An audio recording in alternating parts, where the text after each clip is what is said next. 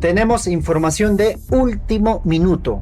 9 eurodiputados solicitan a la Unión Europea que se pronuncie sobre el informe de las Naciones Unidas a favor de Pedro Castillo, exigiendo que cumpla con las recomendaciones de su organismo al Perú a favor de Pedro Castillo. Vamos a leer el informe completo. Está con nosotros Miguel Huel. Adelante. Bueno, lo que ocurre es lo siguiente. Ha surgido un documento, ¿no?, emitido por parlamentarios europeos, por eurodiputados, hacia la presidenta de la Unión Europea, en este caso a la vicepresidenta, la señora Kaja Kallas, y trata acerca de la libertad de Pedro Castillo también, Timoteo. A ver si comenzamos a informarles. Muy bien, el documento dice así: Bruselas, 17 de julio, 15 de julio de 2026, a la alta representante vicepresidenta Kaja Kallas, alta representante de la Unión para Asuntos Exteriores y Política de Seguridad, y además vicepresidenta de la Comisión Europea. ¿No? Estamos hablando de la segunda más alta autoridad de la Unión Europea. Asunto: la detención ilegal de Pedro Castillo, expresidente del Perú. Estimada representante señora Kallas, el 6 de julio, el Grupo de Trabajo sobre la Detención Arbitraria del Consejo de Derechos Humanos de las Naciones Unidas adoptó la opinión número 78/2025 relativa a José Pedro Castillo Terrones, expresidente del Perú, tras un procedimiento contradictorio en el que el Grupo de Trabajo examinó tanto los alegatos de la defensa como la respuesta presentada por el propio Estado peruano. Tras analizar la posición de ambas partes, el grupo de trabajo concluye que la privación de la libertad del expresidente Pedro Castillo carece de base legal y constituye una detención arbitraria en violación de los artículos 6 y 14 del Pacto Internacional de Derechos Civiles y Políticos, así como de los artículos 3, 9, 10 y 11 de la Declaración Universal de los Derechos Humanos. Asimismo, considera que durante el proceso se vulneraron garantías esenciales del derecho a un juicio justo, entre ellas el derecho a la defensa, la presunción de inocencia y el derecho a ser juzgado por un tribunal competente e imparcial. Las recomendaciones del grupo de trabajo no dejan lugar a dudas sobre las medidas que el gobierno del Perú debe adoptar para restablecer la legalidad y los derechos civiles y políticos del expresidente Pedro Castillo Terrones. El informe exhorta al gobierno del Perú a adoptar sin demora las medidas necesarias para remediar la situación del señor Castillo y adecuarla a las normas internacionales pertinentes. Asimismo, en su punto 111, el grupo de trabajo considera que el remedio apropiado sería poner en libertad de inmediato al señor Castillo y garantizarle el derecho efectivo a obtener una indemnización y otras formas de reparación de conformidad con el derecho internacional. Este informe pone de relieve la continuidad de una situación injusta que debe ser corregida de manera inmediata. Durante la campaña electoral, y esta es la novedad, Timoteo, pongan atención amigos, dice el informe: durante la campaña electoral, Miguel Ángel Torres, vicepresidente de la organización liderada por Keiko Fujimori, reconoció la participación de diversos sectores en la destitución de Pedro Castillo de la presidencia, lo que fue interpretado como un reconocimiento de la conspiración que apartó al anterior mandatario del cargo. Exigimos que la Unión Europea, a través de su representación diplomática en este país, se interese por la situación del expresidente Pedro Castillo y por las medidas del gobierno del Perú, que el gobierno del Perú adoptará para ponerlo en libertad en cumplimiento de las recomendaciones del grupo de trabajo. Exigimos que la Unión Europea solicite a la nueva presidenta del país su compromiso con la adopción de medidas que garanticen la restitución inmediata de la legalidad y de los derechos del expresidente Pedro Castillo. Atentamente, firman una serie de eurodiputados, ahí tenemos la lista de diferentes países. Este es el Parlamento Europeo, amigos, que le está diciendo a la Unión Europea, que es el órgano máximo, digamos, de comunión de todos los países de Europa, que ha tomado el informe de la ONU, del grupo de trabajo de la ONU, y que está exigiendo al máximo representante de la Unión Europea, en este caso su vicepresidenta, Kaja Kallas, a que a través de vías diplomáticas haga la exigencia pertinente de liberación inmediata de Pedro Castillo Terrones.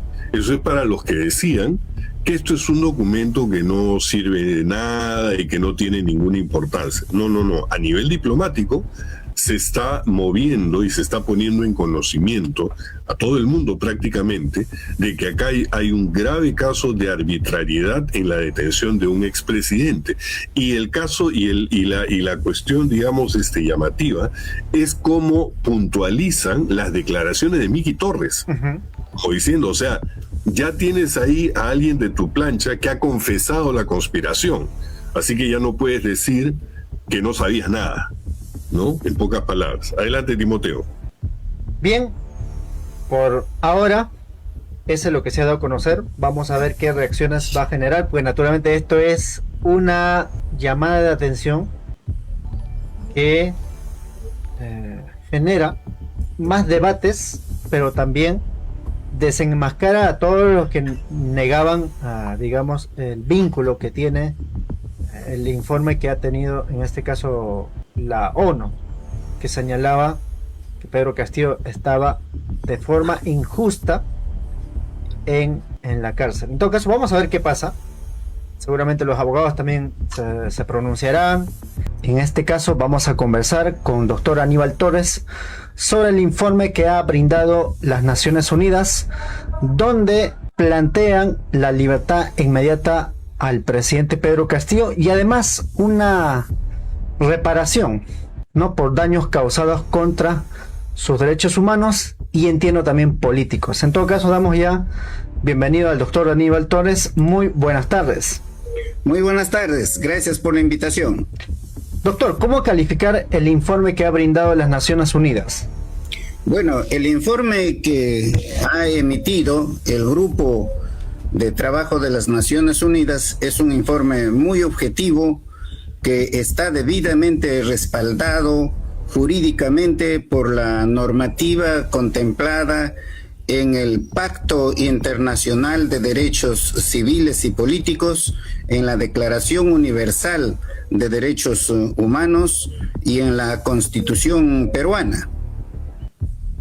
Hay que tener en cuenta, y aparece allí con toda claridad, lo que ya se ha demostrado aquí, ¿no? Con toda claridad, que el papel que leyó Pedro Castillo el 7 de diciembre del 2022 no era un mensaje porque no tenía el refrendo ministerial como lo exige el artículo 120 de la Constitución.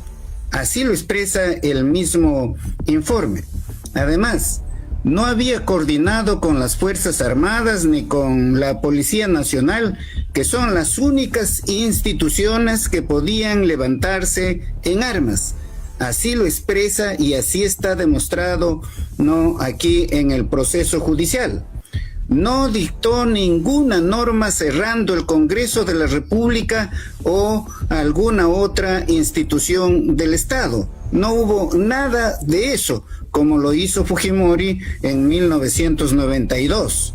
Además, no estaba armado ni estaba acompañado con personal armado, ¿no? O sea, está plenamente demostrado que no hubo ningún intento de dar un golpe de Estado. Está acreditado aquí en los procesos judiciales, ¿no? Y ahora está acreditado con este grupo de trabajo de detenciones arbitrarias que no ha visto solamente el caso de Pedro Castillo, sino que ve y casos iguales en todo el mundo.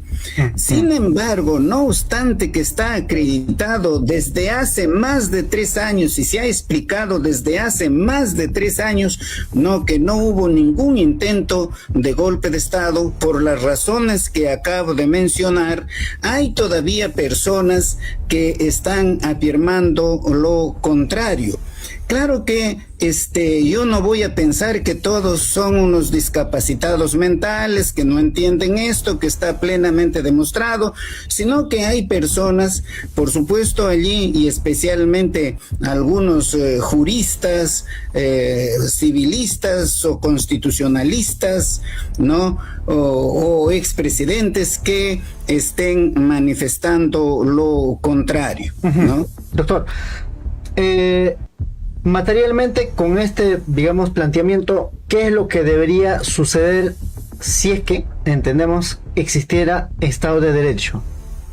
Bueno, como se ha dicho y allí se ha dicho bien, que este es un informe, no es una sentencia jurisdiccional, es un informe, no es obligatorio. Desde el punto de vista jurídico no es obligatorio, pero desde el punto de vista moral, desde el punto de vista ético, por supuesto, el gobierno peruano debe cumplir con ese deber. No tiene la obligación, pero tiene el deber de cumplir con este informe y poner inmediatamente en libertad a Pedro Castillo.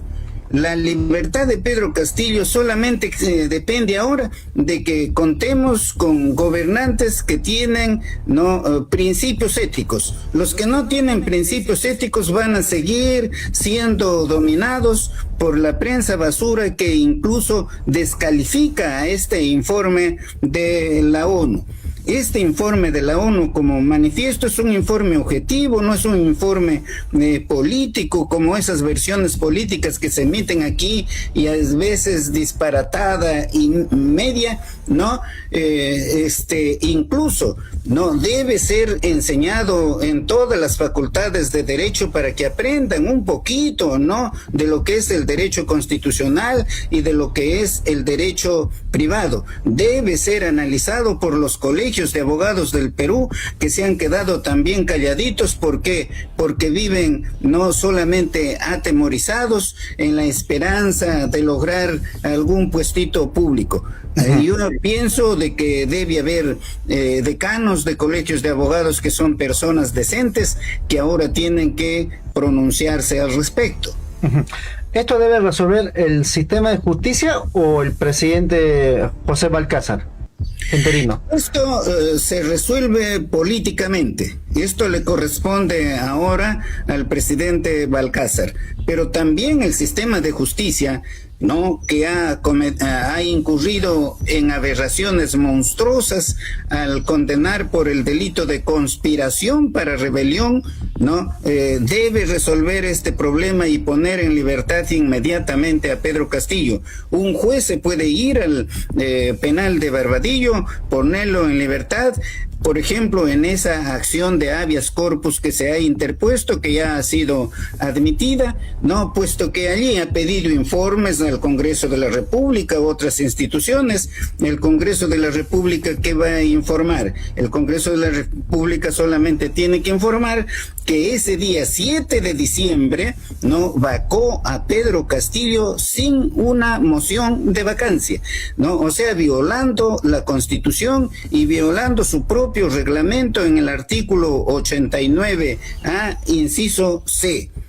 Y eso lo menciona este informe. Fue vacado sin una moción de vacancia, no se notificó la moción de vacancia a Pedro Castillo y no se podía notificar porque no existía. Con eso queda acreditado plenamente que se violó su derecho de defensa, y algunos están manifestando que no se ha violado ese derecho. Es contundente el informe en ese extremo.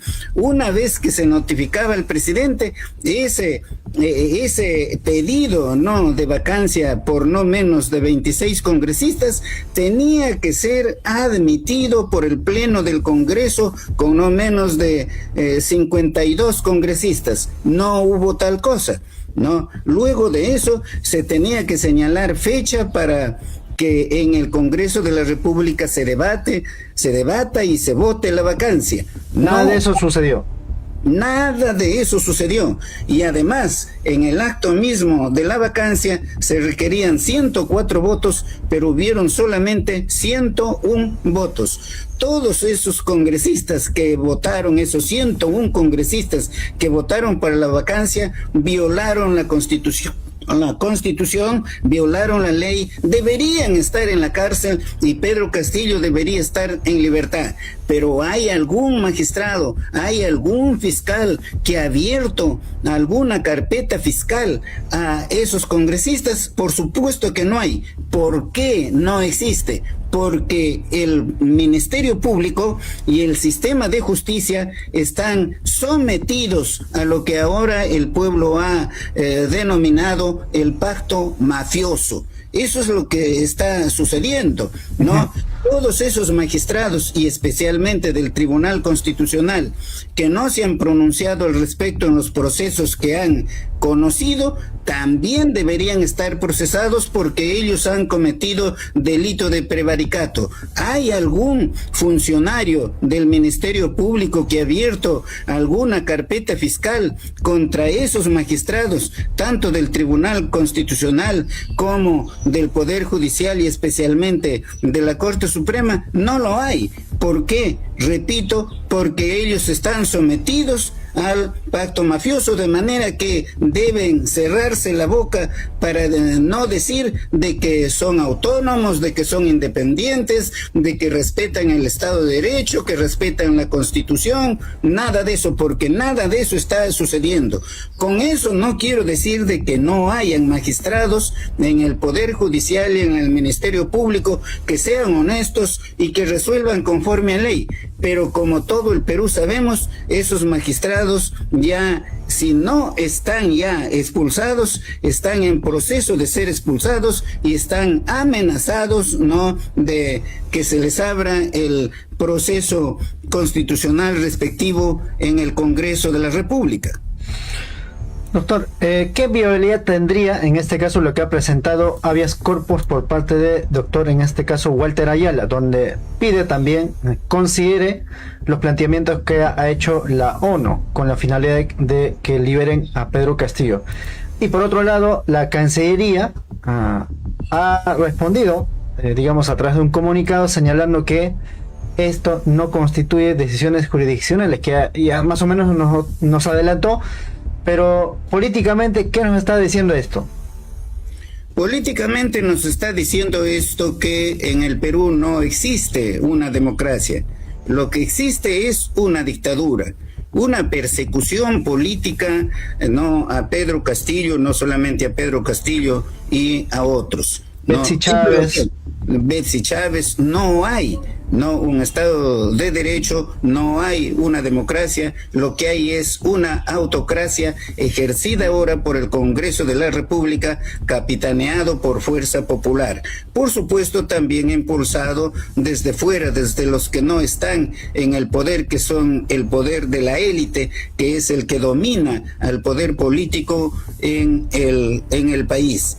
Eso es lo que está sucediendo, ¿no? Aquí se ha interpuesto esa acción de amparo, como usted manifiesta. No conozco el texto de la acción de amparo, pero el juez constitucional inmediatamente tiene que pronunciarse sobre esto de cómo actuó el Congreso de la República, violando todas las leyes. Y no estoy manifestando aquí sin ningún fundamento, sin ningún sustento, sino que el propio Congreso indica que no hubo esa moción de vacancia, que no se cumplió con el artículo 89A, inciso C, de su propio reglamento, que tiene el nivel jerárquico de ley por disposición de la propia Constitución, de manera que el juez no puede decir que Castillo fue vacado, observando algún proceso legal, algún proceso constitucional. No puede decir eso.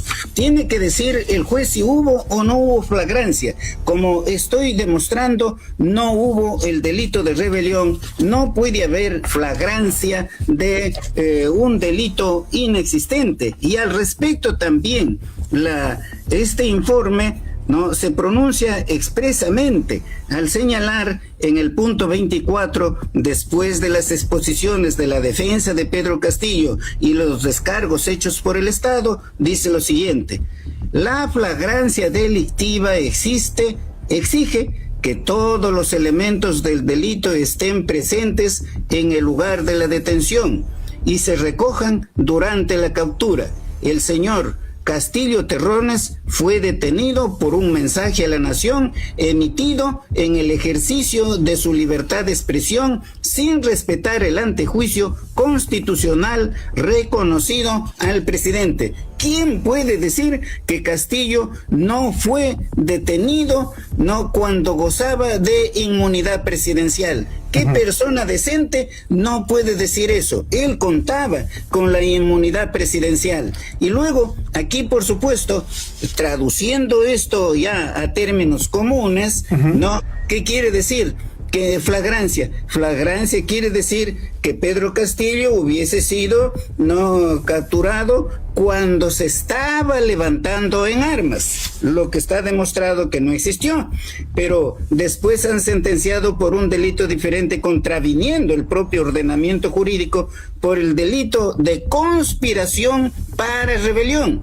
No, eso querría decir, la flagrancia querría decir que Pedro Castillo fue capturado precisamente en ese momento en que con otras personas estuvo conspirando para levantarse en armas, lo cual no existió nunca, no existe ninguna prueba. Tal es así que la Sala Penal de la Corte Suprema que sentencia, no sentencia por el delito de rebelión, sino por el delito de conspiración, pero dice que no tiene pruebas, sino que lo hace en base a indicios, que son una invención mental de estos magistrados que han actuado con una venalidad extrema. Esa es la verdad, porque jamás ha habido esa conspiración. No ha habido pruebas. No hay. Ahora, el presidente interino José Balcázar ha dicho lo siguiente, entiendo, sobre los nuevos, elementos que hay, más de la ONU, de que está en estudio, en este caso, la posible indulto a Pedro Castillo, pero dice, al mismo tiempo, no hay nada concreto todavía. Eso, está en discusión, Pero ya los opositores, entiendo yo, a Pedro Castillo han salido a decir que si es que indulta a Pedro Castillo, José Balcázar se va a la cárcel, ¿no? Y esto lo dice en este caso citando a algunos abogados penalistas. Dice, esto lo publica Diario El Expreso, dice: el presidente de la República, José Balcázar, tendría que asumir responsabilidades constitucionales y penales si decide indultar a Pedro Castillo, haciendo caso a un informe de un grupo no vinculante de Naciones Unidas, instancia que calificó como arbitrario el encarcelamiento de Pedro Castillo. Incluso lo llaman golpistas. Y ahí quiero agregar otro video, en este caso del señor expresidente también interino, Francisco Sagasti. No sé si la podemos escuchar el video. En todo caso lo comparto, solamente un momentito nada más. A ver. Ahí está. ¿Debería haber un indulto a Pedro Castillo? Yo creo que no. Hay dos cosas que hay que separar. Uno es el hecho claro en sí. El señor intentó un golpe de Estado. Que sea incompetente e incapaz de llevarlo a cabo no quita ni la intención ni el hecho. Otra cosa es el procedimiento puramente constitucional y legal que se usó en el Congreso para destituirlo y para luego el Poder Judicial, recordemos que le ha dado una condena. Entonces hay que separar el fondo de la forma.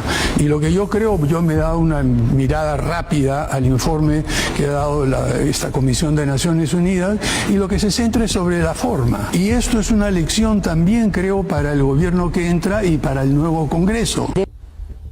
Bueno, doctor, dos preguntas. si indulta a Pedro Castillo, José Valcárcel se va a la cárcel, y hay un sector llama a Pedro Castillo golpista. ¿Qué delito cometería el presidente si es que indulta Dos cosas. a Pedro Castillo? ¿Qué delito habría cometido ejerciendo su función constitucional? Ninguno, tal es así que no mencionan allí el delito. El señor que habla, por supuesto, es un señor que no, qué cosa sabe de estas cosas, no obstante haber sido presidente de la República. Está demostrado en este informe contundentemente, como he manifestado, que el papel que leyó no es mensaje, porque no tiene refrendo presidencial. No había coordinado previamente Castillo con las Fuerzas Armadas ni con la Policía Nacional, ¿no?, que son las únicas instituciones que se podían levantar en armas. No dictó ninguna medida allí, ningún decreto ley, ninguna norma cerrando el Congreso, ni ninguna otra institución, como lo hizo Fujimori al dar el golpe de Estado. Y de otro lado, no estaba armado, no portaba ningún arma, ni estaba acompañado con personal armado, ni militar, no, ni civil. Si eso, ¿cómo va a entender este señor? Pues dice que ha leído el informe, no, lo cual significa que no, ahí falta comprensión de lectura. No entendió. Y ahí no entiende absolutamente nada, que es lo que estoy manifestando en esta ocasión. Y por supuesto toda la prensa basura de que habla Humberto Ojara ahora se ha unido para atacar este informe. Hay muchos periodistas, incluso se dice allí que hay muchas que están opinando que no tienen ninguna moral porque se revelaría sus relaciones con un expresidente relaciones extramatrimoniales. No voy a entrar en esas cosas porque son gente de la peor índole, gente asquerosa que están hablando en estos términos. Yo hablo en términos objetivos. Por ejemplo, sobre lo que hablan golpe de Estado. ¿Qué dice en un acápite este informe de las Naciones Unidas? Es sumamente claro, dice: el señor Castillo fue víctima de discriminación por parte del sistema político que lo hostigó desde el inicio de su mandato. Se vulneró su derecho a la igualdad ante la ley, ya que su origen campesino y humilde, ajeno a las élites tradicionales, despertó el rechazo de sectores que no lo consideraban parte del orden establecido. El expresidente Castillo, elegido por los peruanos invisibles, propuso como una de sus principales banderas la convocatoria a una asamblea constituyente. ¿Quién puede negar la realidad? Que Pedro Castillo, desde el primer instante en que juró el cargo de presidente, fue atacado, fue acorralado permanentemente con los distintos pedidos de vacancia por la supuesta incapacidad moral, con la destitución permanente a sus ministros, no con el ataque feroz que existía por la prensa basura concentrada, de Lima, ¿no? ¿Quién puede negar eso? Eso fue una realidad, a todos los peruanos nos consta eso. La comisión, el grupo de trabajo de las Naciones Unidas está actuando objetivamente, no hay ningún sesgo aquí de ninguna naturaleza. Es un ejemplo de cómo se puede analizar un hecho con consecuencias jurídicas. Pero lamentablemente pues hay eso que estamos viendo en ese cuadro televisivo y lo siguen haciendo. Mire usted, solamente a modo de información, el día viernes pasado, a las 10 de la noche, al llegar a mi casa, después de las 10 de la noche, al llegar a mi casa, prendo la televisión para ver noticias. ¿Qué cosa estoy viendo allí? Primerito, un montaje, sobre dos hechos cronológicamente distintos y causalmente distintos, que se estaba proyectando en ese programa. ¿no? Aparece de un lado Castillo leyendo el mensaje y junto a eso, ¿no? Lo adhieren a eso, una reunión, un abrazo que yo doy a la Premier Betsy Chávez. El abrazo que doy a la Premier Betsy Chávez fue del 25 de noviembre, ¿no? Fechas distintas. ¿Cómo? Fechas distintas.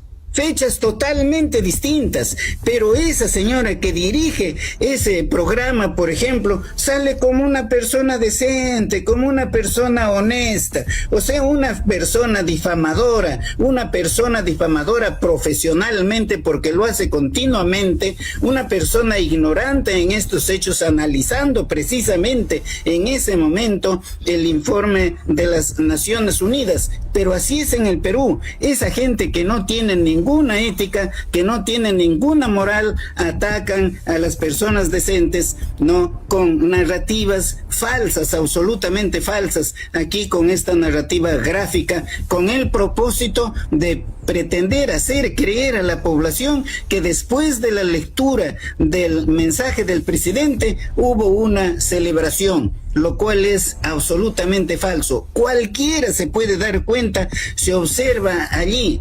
Cuando doy el abrazo a la Premier, ella tiene otro vestido y tiene el fajín ministerial que no lo portaba el día 7 de diciembre. Yo igualmente en esa fecha tengo un vestido y el 7 de diciembre otro vestido, pero esa es la prensa sucia que hace creer, no, falsedades a la población.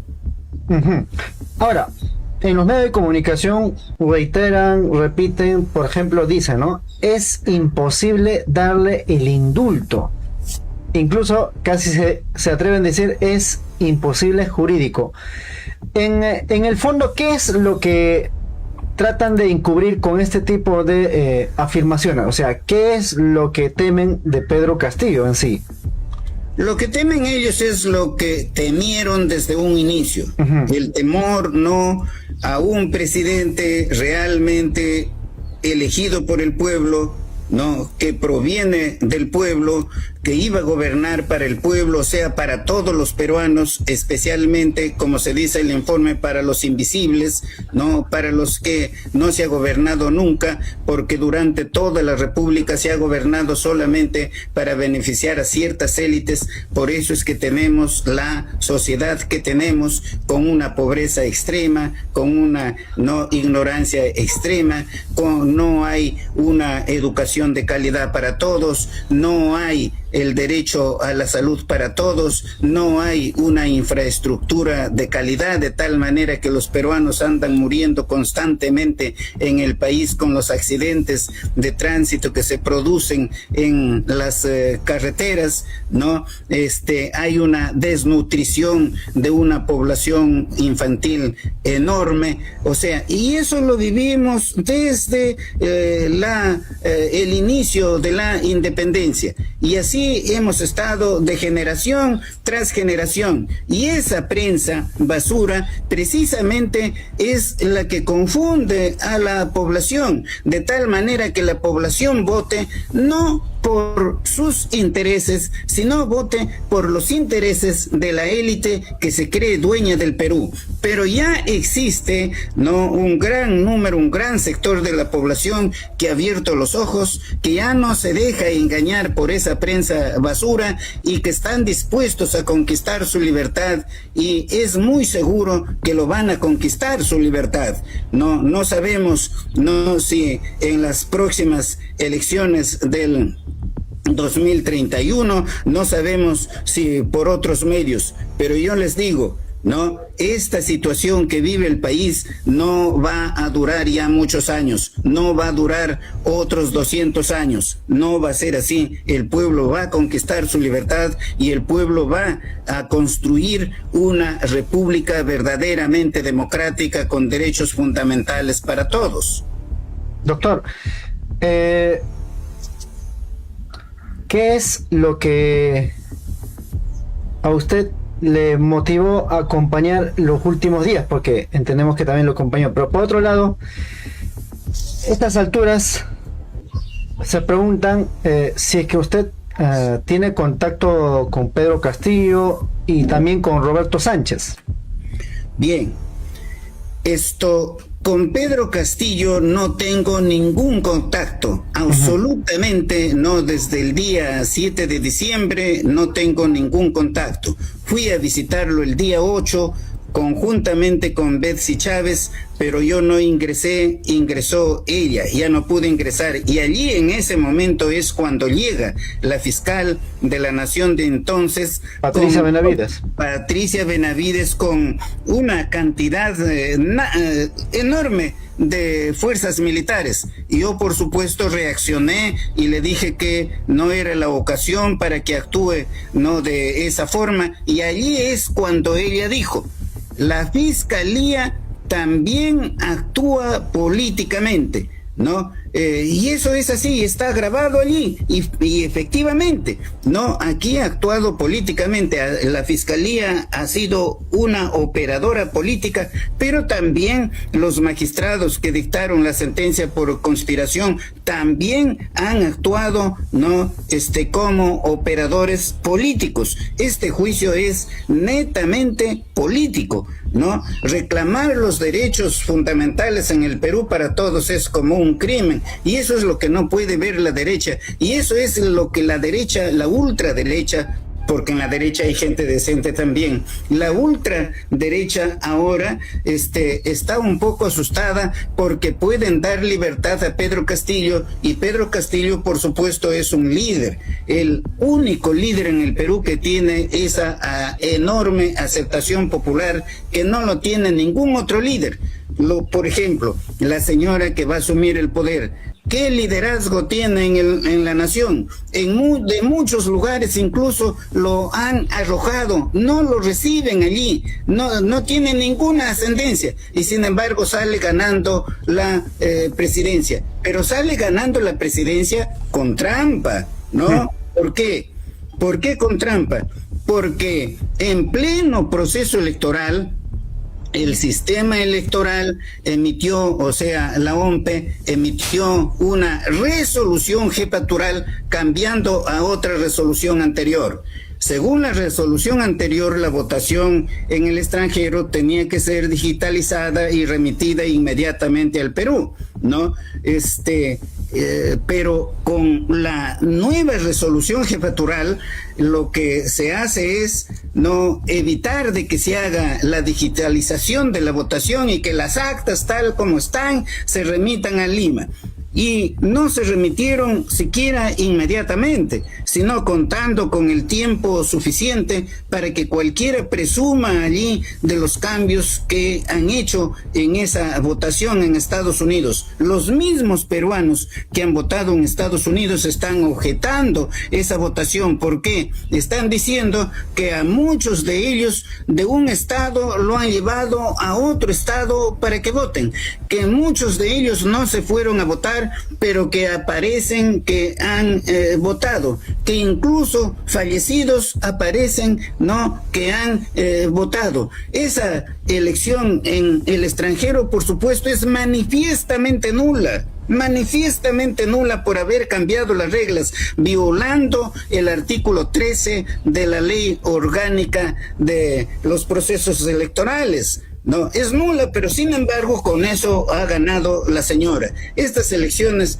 por supuesto, adolecen de fallas muy, muy grandes, como el hecho, por ejemplo, de la renuncia del jefe de la OMPE, que está prohibido para que en pleno proceso electoral renuncie, y la Junta Nacional de Justicia estaba prohibida de aceptar, ¿no?, la renuncia, y sin embargo no aceptaron la renuncia. O sea, los miembros de la Junta Nacional de Justicia incurrieron en delito de prevaricato al haber resuelto contra el texto claro y expreso de la ley. Esta elección está llena de grandes irregularidades, y así va a asumir la presidencia ella. ¿Cómo se va a mantener en la presidencia ella? por supuesto, con el uso de la fuerza. Ya lo tiene a los medios de comunicación, no como lo tenía su padre, ya lo tiene a las fuerzas policiales, a las fuerzas militares, como lo tenía también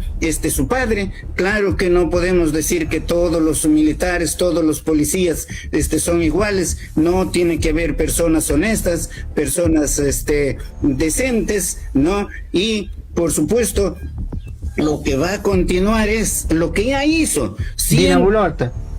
Lo que ya hizo con Dina Boluarte, porque la señora K gobierna el país desde el 2016. Dina Boluarte no tenía ninguna condición para poder gobernar. Ella era prácticamente una mesa de parte de la señora Keiko, y es el partido de la señora Keiko, o sea, la señora Keiko, la que encubrió las matanzas de Dina Boluarte en el sur del país, y los que no han impedido que se produzcan esas matanzas en los levantamientos de la población para manifestarse, ¿no? En finales del 2022 e inicios del 2023 hasta ahora. No obstante que esos hechos están debidamente probados, debidamente acreditados, no hay una persona que esté allí en la cárcel. O sea, los asesinatos van a continuar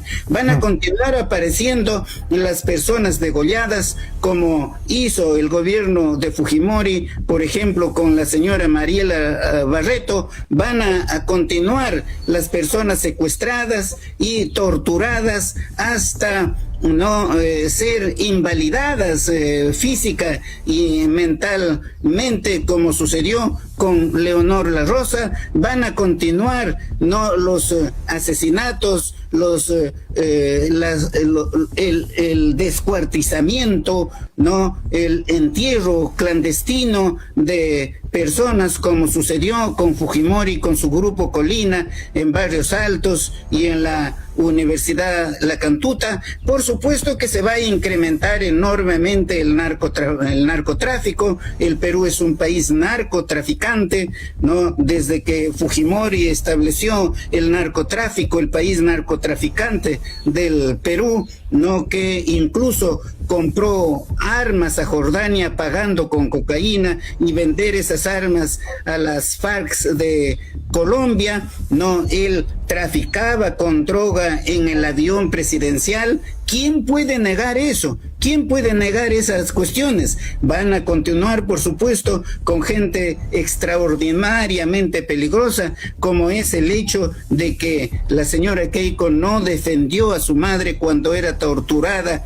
¿no? Por su padre. Tal es así que su madre dijo que ella, la hija, tiene cara de diablo. La hija le privó a su madre del rol de primera dama, ¿no? Para asumirla ella, ¿no? La hija vivió en Estados Unidos a cuerpo de rey y estudió con dinero del Estado, como lo dice el propio Montesinos, ¿no? Ella va a gobernar como su padre, y eso va a continuar, ¿no? En el país. No se van a descubrir los hechos, no se van a ocultar, como lo que sucedió, por ejemplo, con el ejercicio de la prostitución en el Congreso de la República, en donde a la señora allí que actuaba en esa actividad, o que dirigía esa actividad, no apareció muerta, ¿no?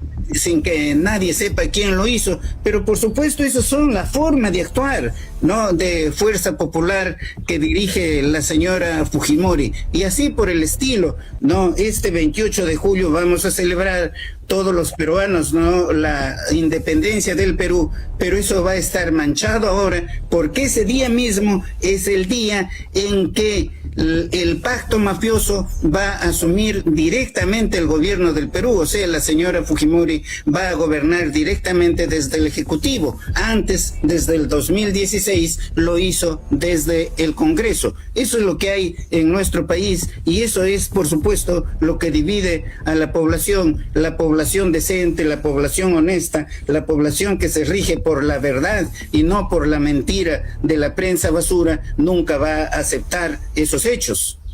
Doctor, palabras finales y tal vez algo más que quisiera remarcar y también preguntarle qué proyecciones para lo que viene, que es las elecciones distritales y regionales también.